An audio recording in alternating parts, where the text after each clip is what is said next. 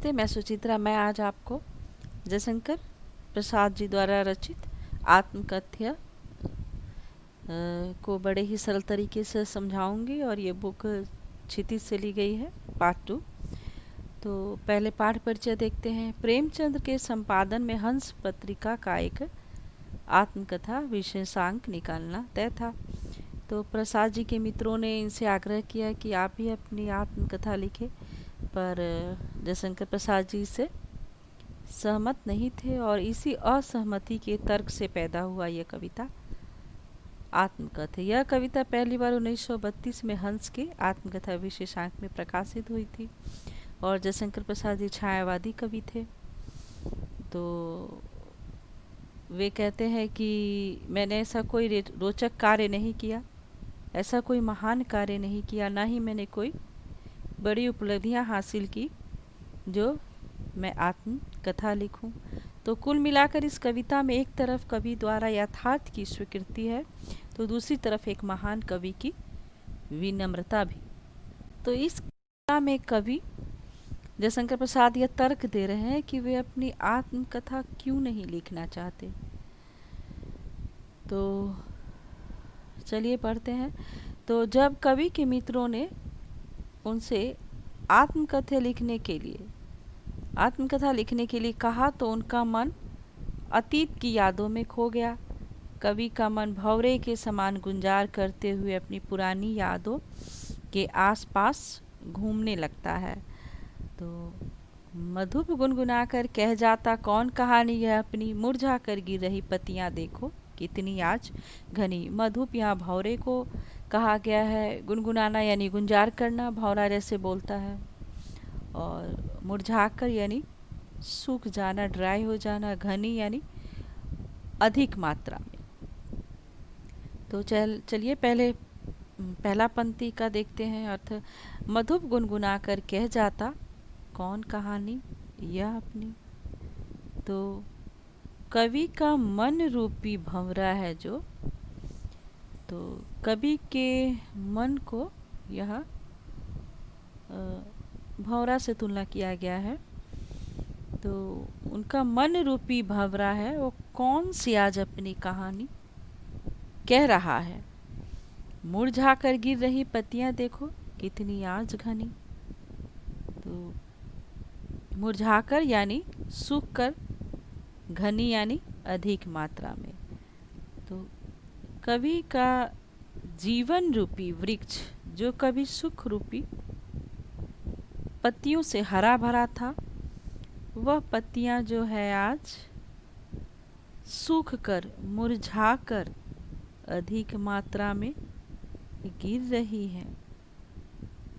कहने का अर्थ है कि कवि के जीवन में अभी कोई सुख नहीं है, कोई आनंद नहीं है। उनके जीवन में दर्द ही दर्द है। उनके जीवन का सुख रूपी जो पत्ता है था, जो कभी हरा था, वो अब मुरझा कर, सूख कर बड़ी अधिक मात्रा में गिर रहा है। तो मुरझाकर, सूख कर का तात्पर्य है दुख से, दर्द से। तो कवि के जीवन में जो कभी सुख था, वो अब दुख और दर्द से भरा हुआ है। तो कुछ लोग इसका दूसरा अर्थ भी निकालते हैं कि जीवन तो नश्वर है, जो आज है और कल समाप्त हो जाएगा। पेड़ों से गिर रही पत्तियां शायद जीवन की नश्वरता का प्रतीक है। तो मनुष्य का जीवन भी क्षणिक है, जो अभी है कल नहीं होगा। तो चलिए अब इस गंभीर अनंत नीलिमा में असंख्य जीवन इतिहास ये लोग करते ही रहते हैं अपना व्यंग मलिन उपहास। तो गंभीर का अर्थ होता है गहरा, अनंत जिसका अंत न हो, अंतहीन, नीलिमा नीला रंग लिए हुए, और जीवन इतिहास यानी आत्मकथा जो हम लोग लिखते हैं। तो गंभीर और जिसका अंत न हो और नीला रंग लिए हुए है, तो ये आकाश की विशेषण है, आकाश की विशेषता बताती है। तो कवि के अनुसार यह नीला आकाश जो कि अनंत तक फैला हुआ है, यह नीले आकाश की तुलना साहित्य से की गई है जो कि अनंत है। साहित्य का भी अंत नहीं होता है और इस साहित्य में लोग अपना आत्मकथा लिखते हैं, दर्ज कराते हैं। इस साहित्य में अनगिनत लोगों ने अपने जीवन का इतिहास दर्ज कराया है, लिखा है। यह लोग करते ही रहते अपना व्यंग्य, मलिन, उपहास। व्यंग्य यानी कटाक्ष, मलिन यानी गंदा, उपहास मजाक उड़ाना।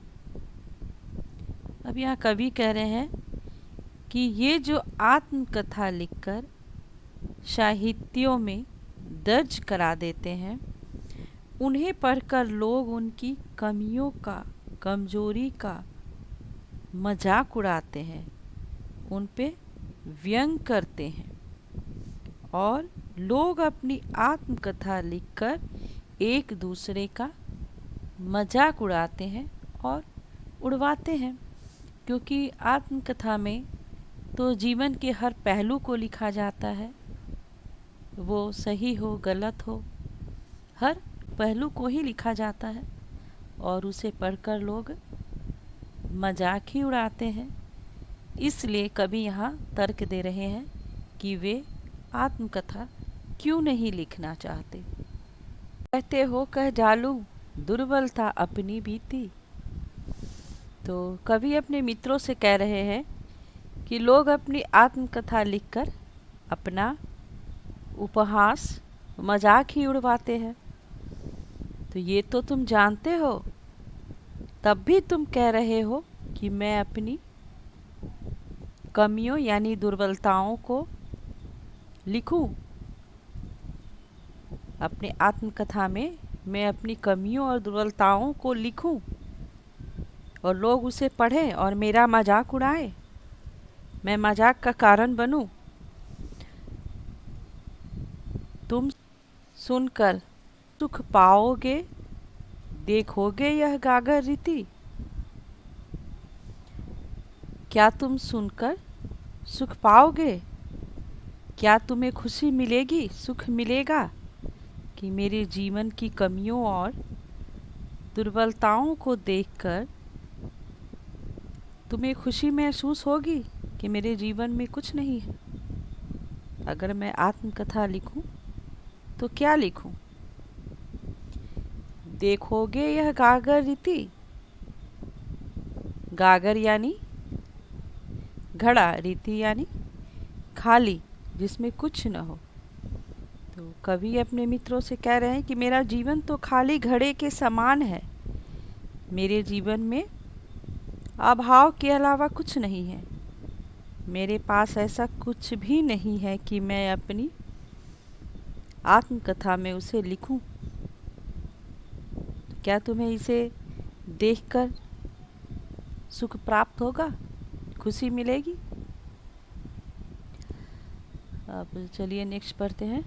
तो किंतु कहीं ऐसा न हो कि तुम ही खाली करने वाले अपने को समझो, मेरा रस ले अपनी भरने वाले।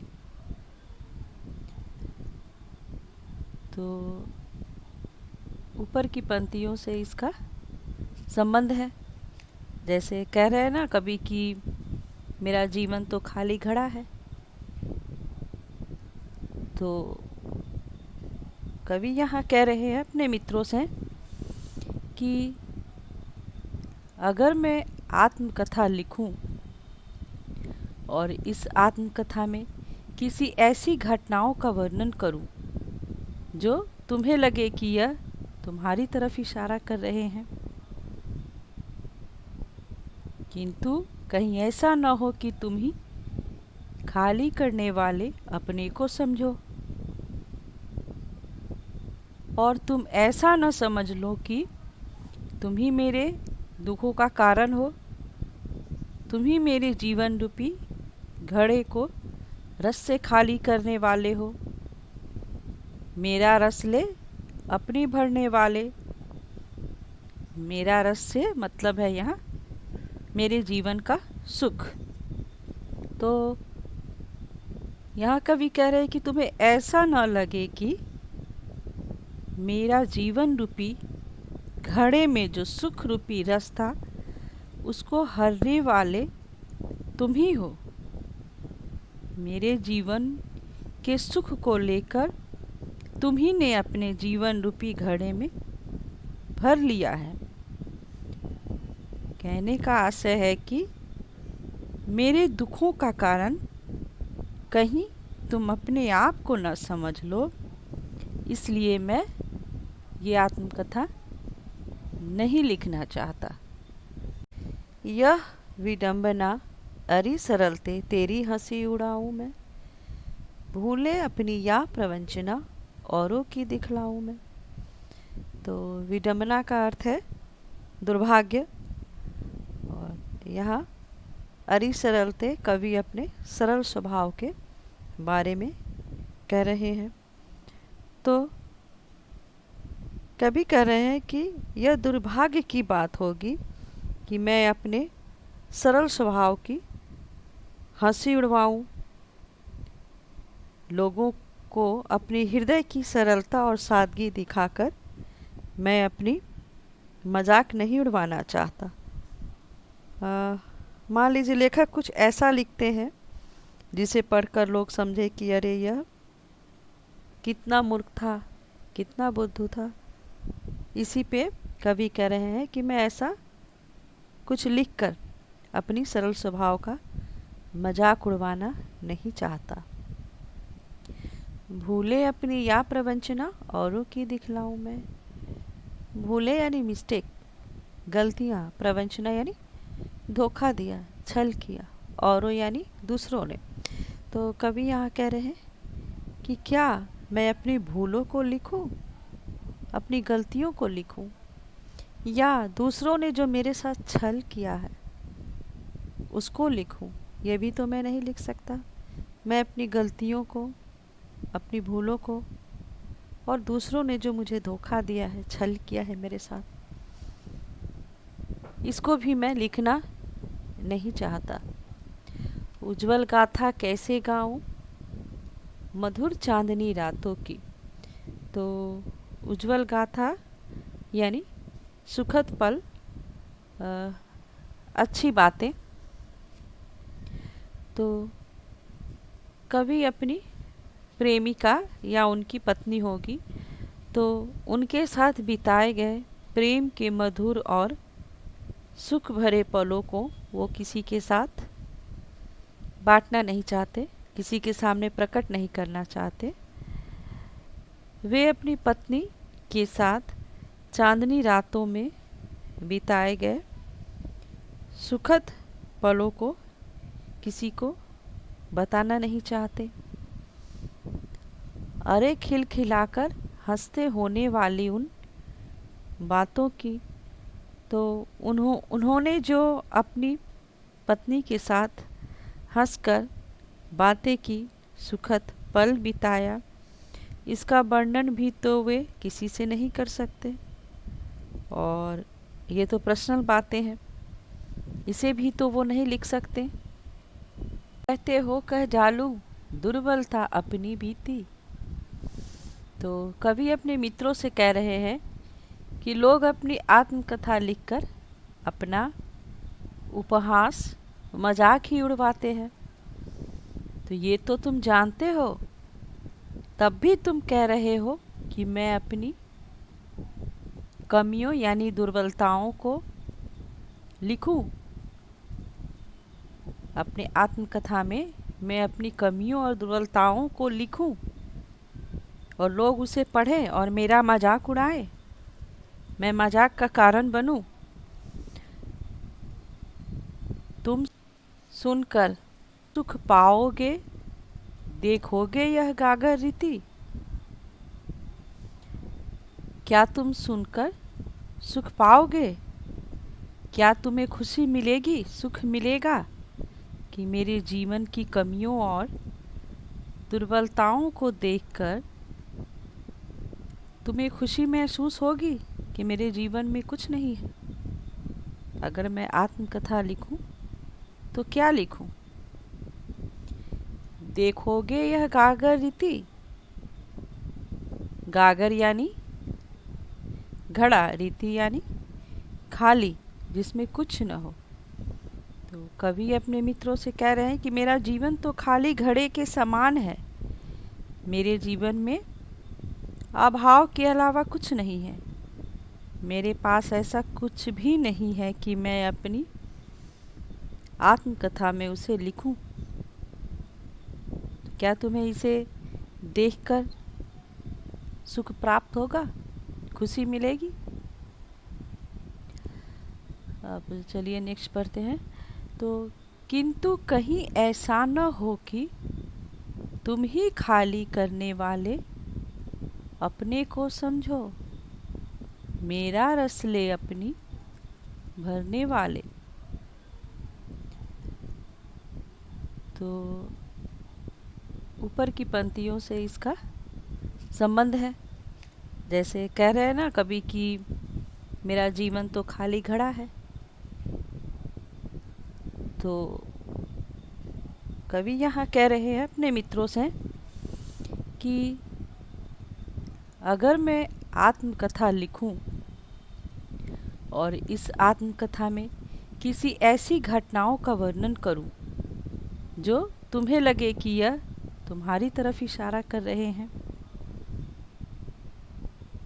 किंतु कहीं ऐसा न हो कि तुम ही खाली करने वाले अपने को समझो और तुम ऐसा न समझ लो कि तुम ही मेरे दुखों का कारण हो, तुम ही मेरे जीवन रूपी घड़े को रस से खाली करने वाले हो, मेरा रस ले अपनी भरने वाले। मेरा रस से मतलब है यहाँ मेरे जीवन का सुख। तो यहाँ कवि कह रहे हैं कि तुम्हें ऐसा न लगे कि मेरा जीवन रूपी घड़े में जो सुख रूपी रस था उसको हरने वाले तुम ही हो। मेरे जीवन के सुख को लेकर तुम ही ने अपने जीवन रूपी घड़े में भर लिया है। कहने का आशय है कि मेरे दुखों का कारण कहीं तुम अपने आप को न समझ लो, इसलिए मैं ये आत्मकथा नहीं लिखना चाहता। यह विडंबना अरी सरलते तेरी हंसी उड़ाऊं मैं, भूले अपनी या प्रवंचना औरों की दिखलाऊं मैं। तो विडंबना का अर्थ है दुर्भाग्य, और यहाँ अरी सरलते कवि अपने सरल स्वभाव के बारे में कह रहे हैं। तो कवि कह रहे हैं कि यह दुर्भाग्य की बात होगी कि मैं अपने सरल स्वभाव की हंसी उड़वाऊं, लोगों को अपनी हृदय की सरलता और सादगी दिखाकर मैं अपनी मजाक नहीं उड़वाना चाहता। मान लीजिए लेखक कुछ ऐसा लिखते हैं जिसे पढ़कर लोग समझे कि अरे यह कितना मूर्ख था, कितना बुद्धू था। इसी पे कवि कह रहे हैं कि मैं ऐसा कुछ लिखकर अपनी सरल स्वभाव का मजाक उड़वाना नहीं चाहता। भूले अपनी या प्रवंचना औरों की दिखलाऊं मैं। भूले यानी मिस्टेक, गलतियाँ, प्रवंचना यानी धोखा दिया, छल किया, औरों यानी दूसरों ने। तो कवि यहाँ कह रहे हैं कि क्या मैं अपनी भूलों को लिखूं, अपनी गलतियों को लिखूं, या दूसरों ने जो मेरे साथ छल किया है उसको लिखूं? ये भी तो मैं नहीं लिख सकता। मैं अपनी गलतियों को, अपनी भूलों को, और दूसरों ने जो मुझे धोखा दिया है, छल किया है मेरे साथ, इसको भी मैं लिखना नहीं चाहता। उज्जवल गाथा कैसे गाऊं मधुर चांदनी रातों की। तो उज्जवल गाथा यानी सुखद पल, अच्छी बातें। तो कभी अपनी प्रेमिका या उनकी पत्नी होगी तो उनके साथ बिताए गए प्रेम के मधुर और सुख भरे पलों को वो किसी के साथ बांटना नहीं चाहते, किसी के सामने प्रकट नहीं करना चाहते। वे अपनी पत्नी के साथ चांदनी रातों में बिताए गए सुखद पलों को किसी को बताना नहीं चाहते।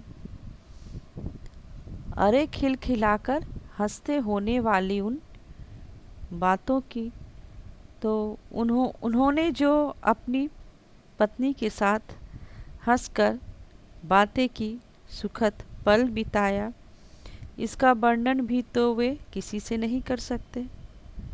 और ये तो पर्सनल बातें हैं, इसे भी तो वो नहीं लिख सकते। मिला कहाँ वह सुख जिसका मैं स्वप्न देख कर जाग गया, आलिंगन में आते आते मुस्क आकर जो भाग गया। तो स्वप्न यानी सपना। तो कवि कह रहे हैं कि जिस सुख का मैं सपना देख रहा था, उसका सपना देखते देखते ही मेरी आँखें खुल गई और पता चला कि जिस सुख की मैं कल्पना कर रहा था वह मिलते मिलते ही रह गया और मेरी आँखें खुल गई, वह मुझे प्राप्त नहीं हुआ। आलिंगन यानी बाहों में, मुस्क आकर यानी मुस्कुराकर भाग गया। वह सुख मेरी बाहों में आते आते मुझे धोखा देकर भाग गया, उसकी प्राप्ति मुझे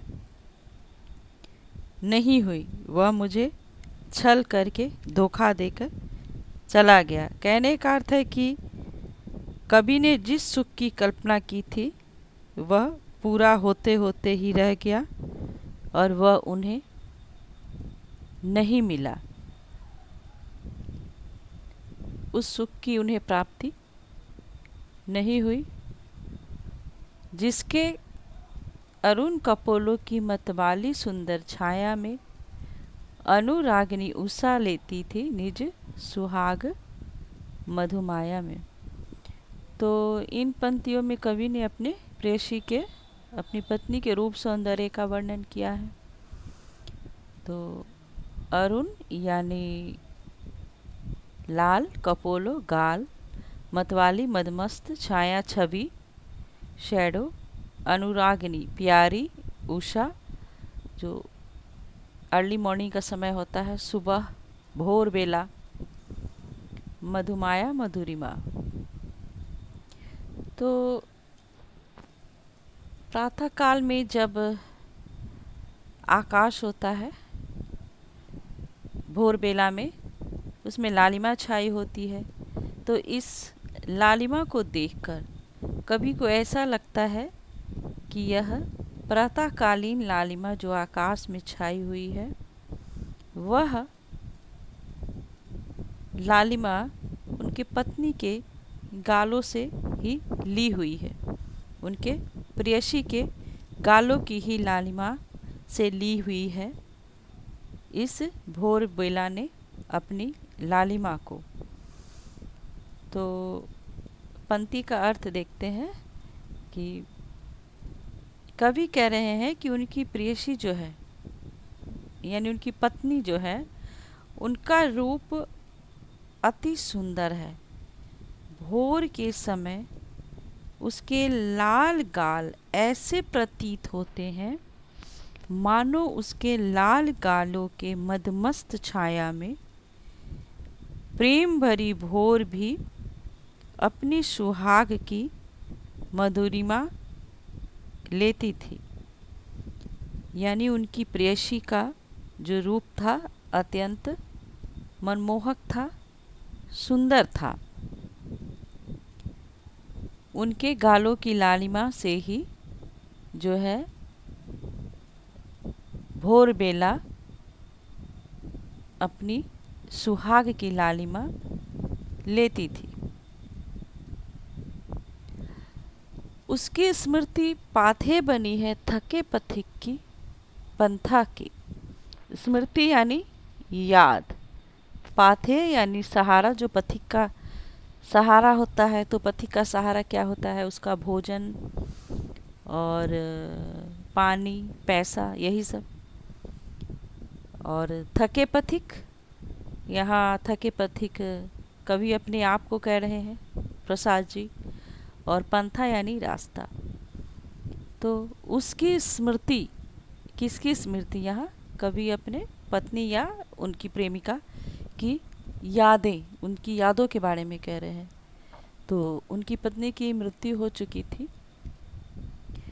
तो यहाँ कवि कह रहे हैं कि जिस तरीके से एक पथिक, एक राहगीर के रास्ते का सहारा होता है उसका भोजन, पैसा, पानी, उसी तरीके से जो थके पथिक है कवि, उनका सहारा है उनकी पत्नी की यादें। उन्हीं की यादों के सहारे वो अपना जीवन व्यतीत कर रहे हैं। सीवन को उधेर कर देखोगे क्यों मेरी कंथा की। सीवन यानी सिलाई, स्टिचेस, उधेरना, उघाड़ना, उसको रिमूव करना। कंथा एक गुदरी होता है। गुदरी यानी फटे पुराने कपड़े से एक पोटली सी बनाई जाती है और उसको सिला जाता है। तो जब हम गुदरी के अंदर देखना चाहते हैं क्या है, तो सिलाई को हम खोलते हैं। तो यहाँ जो है गुदरी की तुलना जो की गई है, कवि अपने मन से कर रहे हैं गुदरी की तुलना। तो कवि यहाँ कह रहे हैं कि तुम मेरे मन रूपी गुदरी को उधेर कर क्या देखना चाहते हो। मेरे अंतर्मन, मेरे मन में जो कुछ है तुम उसे क्यों देखना चाहते हो। जब मैं लिखूँगा आत्मकथा तो उसमें तो मेरे मन की बात लिखनी ही होगी, तो तुम उसे उधेर कर क्यों देखना चाहते हो। मैंने यहाँ अपनी पुरानी यादें संजो रखी है। तो अर्थ यह है कि कवि अपने मन की बातों को किसी के सामने उजागर नहीं करना चाहते हैं, बताना नहीं चाहते हैं। तो इसलिए कह रहे हैं कि तुम मेरे अंतर्मन में झांकने का प्रयास न करो। यहाँ दर्द के अलावा कुछ भी नहीं है। छोटे से जीवन की कैसी बड़ी कथाएं आज कहूँ। कह रहे हैं कभी कि मेरा जीवन तो छोटा सा है, मैंने ऐसी कोई बड़ी काम नहीं की जो लोग मुझसे प्रेरणा लेंगे। बड़ी बड़ी कुछ भी ऐसी बड़ी उपलब्धि हासिल नहीं की, तो मैं क्या लिखूं। लिखने के लिए मेरे पास कुछ नहीं है। क्या यह अच्छा नहीं कि औरों की सुनता और मैं मौन रहूं। क्या ये अच्छी बात नहीं होगी कि मैं चुपचाप रहूं और दूसरे लोग क्या लिख रहे हैं आत्मकथा में उसका मैं मनन करूं, सुनूं और मैं चुप ही रहूं। सुनकर क्या तुम भला करोगे मेरी भोली आत्मकथा। तुम सुनकर क्या करोगे भला, क्या होगा उससे। मेरी आत्मकथा बिल्कुल भोली, सरल, सीधी सादी है, इसमें कोई रस नहीं है। मेरा जो जीवन है बिल्कुल सीधा साधा है। इसे पढ़कर तुम्हें कोई आनंद नहीं आएगा। तुम सुनकर क्या कर लोगे भला। अभी समय भी नहीं, थकी सोई है मेरी मौन व्यथा। व्यथा यानी दर्द। तो कवि का जीवन दुख और अभावों से भरा है। मुश्किल से कभी अपनी पुरानी वेदनाओं को भुला पाए हैं, अपने पुराने दुख दर्द को भुला पाए हैं। तो आत्मकथा लिखकर कभी अपने मन में दबे हुए कष्टों को याद करके दुखी नहीं होना चाहते, क्योंकि जब आत्मकथा लिखना होगा तो फिर पुरानी बातें आ जाएगी मन में लिखने के लिए। तो इसलिए कभी नहीं चाह रहे हैं कि उनकी व्यथा, उनका दर्द फिर से उभर कर आए। और अभी समय भी नहीं है, क्योंकि उन्होंने ऐसी कोई बड़ी मंजिल हासिल नहीं की है, कोई ऐसा काम नहीं किया है इतना बड़ा जो लोग उनकी आत्मकथा को पढ़ के प्रेरणा लेंगे। तो यही है। अगर आपको समझ में आया हो तो लाइक एंड सब्सक्राइब करें।